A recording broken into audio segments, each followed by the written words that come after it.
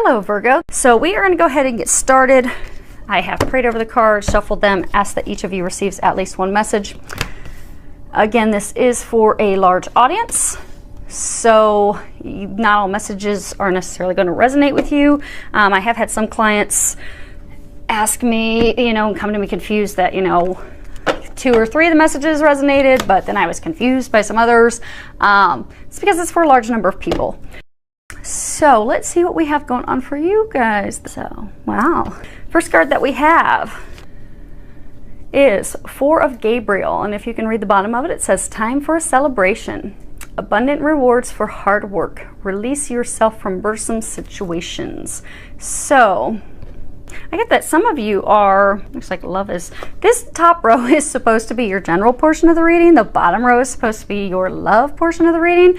But it looks like love has taken over a big chunk of your reading, which is good news because it appears that some of you are actually going to be getting married or getting engaged, or you're going to be moving things forward with the person that you're going to be marrying, being with long term. And for some of you, this is indicating that you've come to a culmination of a completion of a lot of changes. So I'm getting that a lot of you have been, you've really been putting it in the past few months. There's been a lot of changes which have made you somewhat guarded because there's just been so much that's been going on at once. But the angels are letting you know that now's the time for celebration. You've worked really, really hard.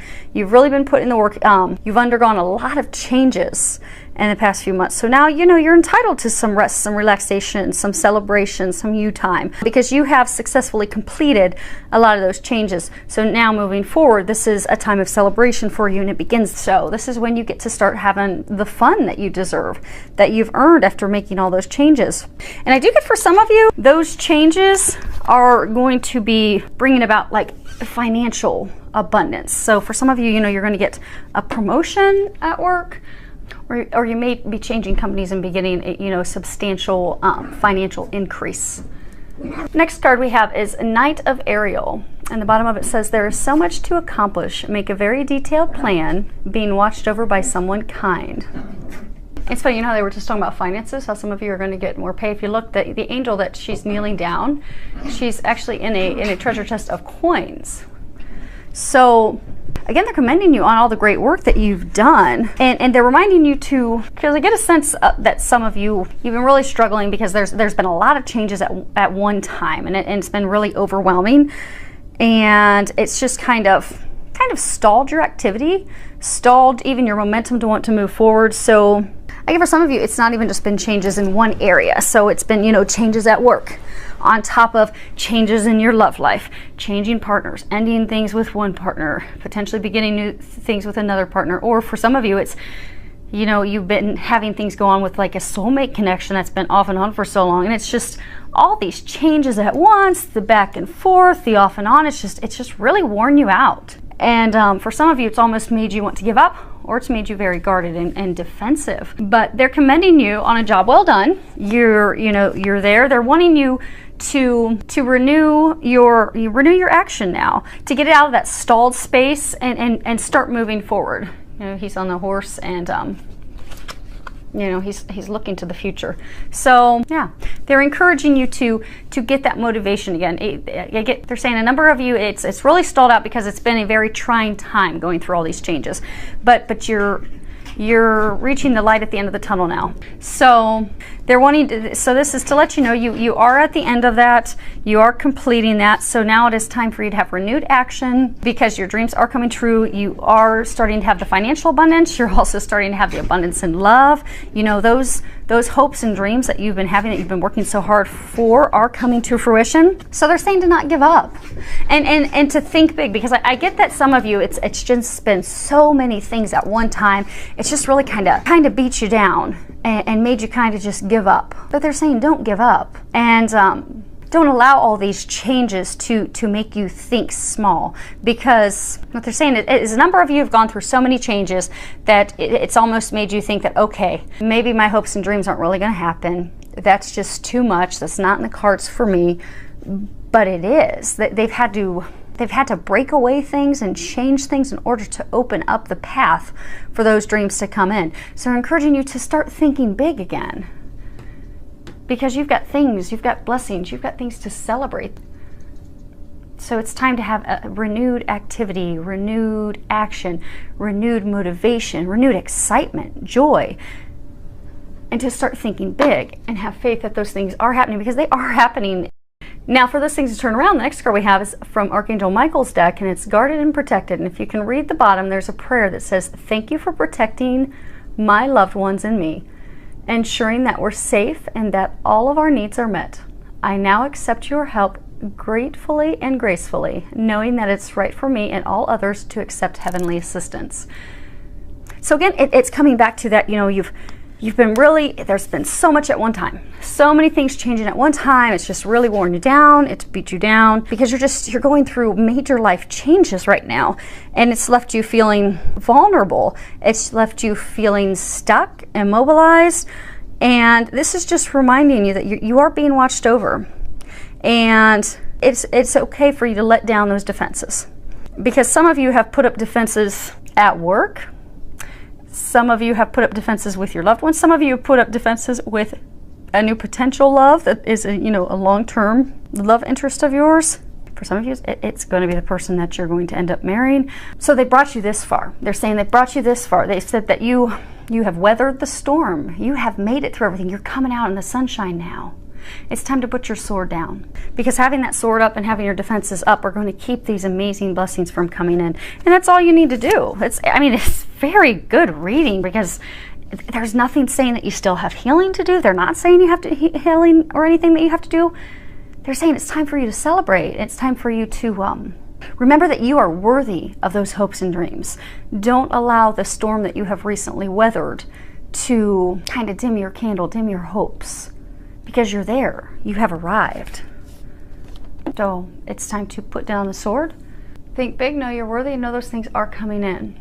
Now, for the love row, beginning with this card, even though it stepped in on your general, which is good stuff, your first card is true love. And if you can read the bottom, it says, "This is the romance of a lifetime." So this is just validating for you that for those of you that have this love interest where you're like, oh my gosh, this is too good to be true. And for some of you, that's the work that you've been putting in, because oftentimes when it comes to divine relationships, be it with soulmates, twin flames, it's a rocky, bumpy road. It is not a path for the lighthearted. I mean, you really have to put it in, which would make sense why you're all guarded and protected right now. You've got your defenses up. But they're letting you know that this is a meant-to-be love. It is the love of a lifetime. It is the love that, storybooks and movies are made out of. It may not have felt like it. So for those of you that have been in the bumpy road with someone, it may not have felt like it the past months or even years, but your dreams are coming true. They are. This is a fortunate, abundant time for you. And it's a time for you to start letting love in, because your dreams are coming true. Now, for some of you, they are saying that you have just recently met someone and you feel that instant connection and draw to them, but because you're guarded and defensive because of things that have happened and hurt you in the past, you're hesitant to let this person in. So they're wanting you to know that give it a chance. Listen to your heart. Your heart's drawing you to that person for a reason. You're attracted and drawn to them for a reason. Trust it. Go with it. You see on this card, you've got the little cherub standing over his shoulder. This connection, it's watched over by the divine. So you don't have anything to worry about. Let your worries go. Have faith. Trust.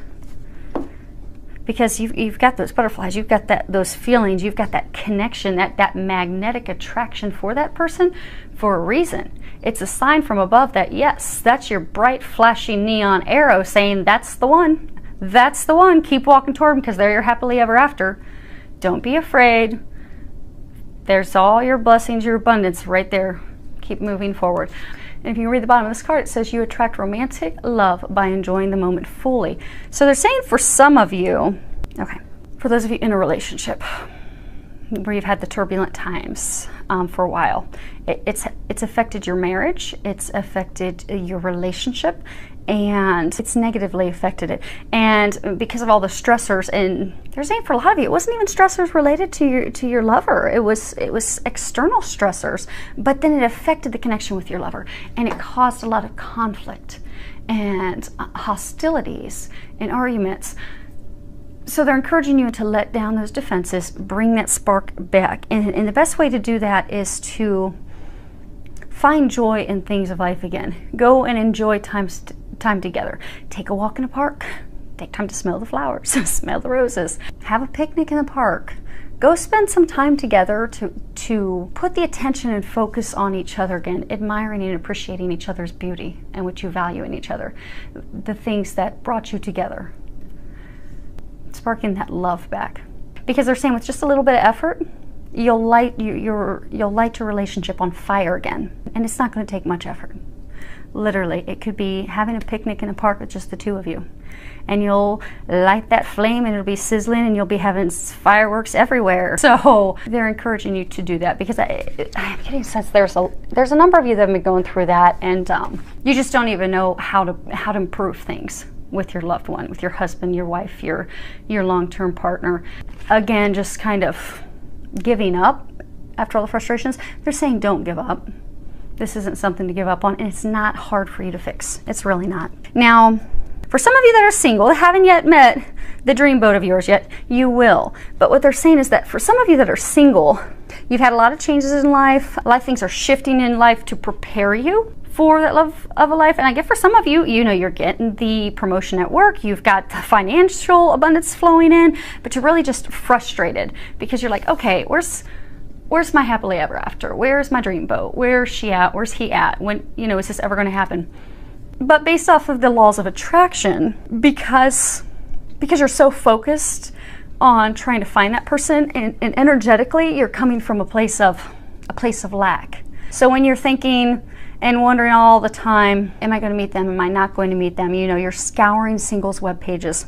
I get for some of you, you know, you're constantly going to like social engagements and even like bars and outings that you don't want to even go to in hopes of meeting someone.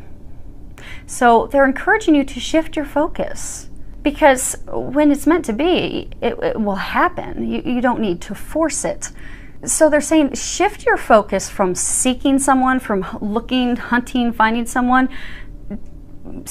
Turn your focus on having fun. Just you enjoying life. Go do activities that you enjoy. You know, if you like to play tennis, join a tennis club. Join a meetup group. If you like to play euchre, if you like to go do community activities, join a meetup group. Go do things that you like. Go do things you enjoy. Because when you go do that, it's going to raise your vibration. It's going to put you into a happier, joyful place. And even your body language. You ever notice, if you're ever around someone and we've all had that friend that, she's, single, she doesn't want to be in a relationship, but men just flock to her.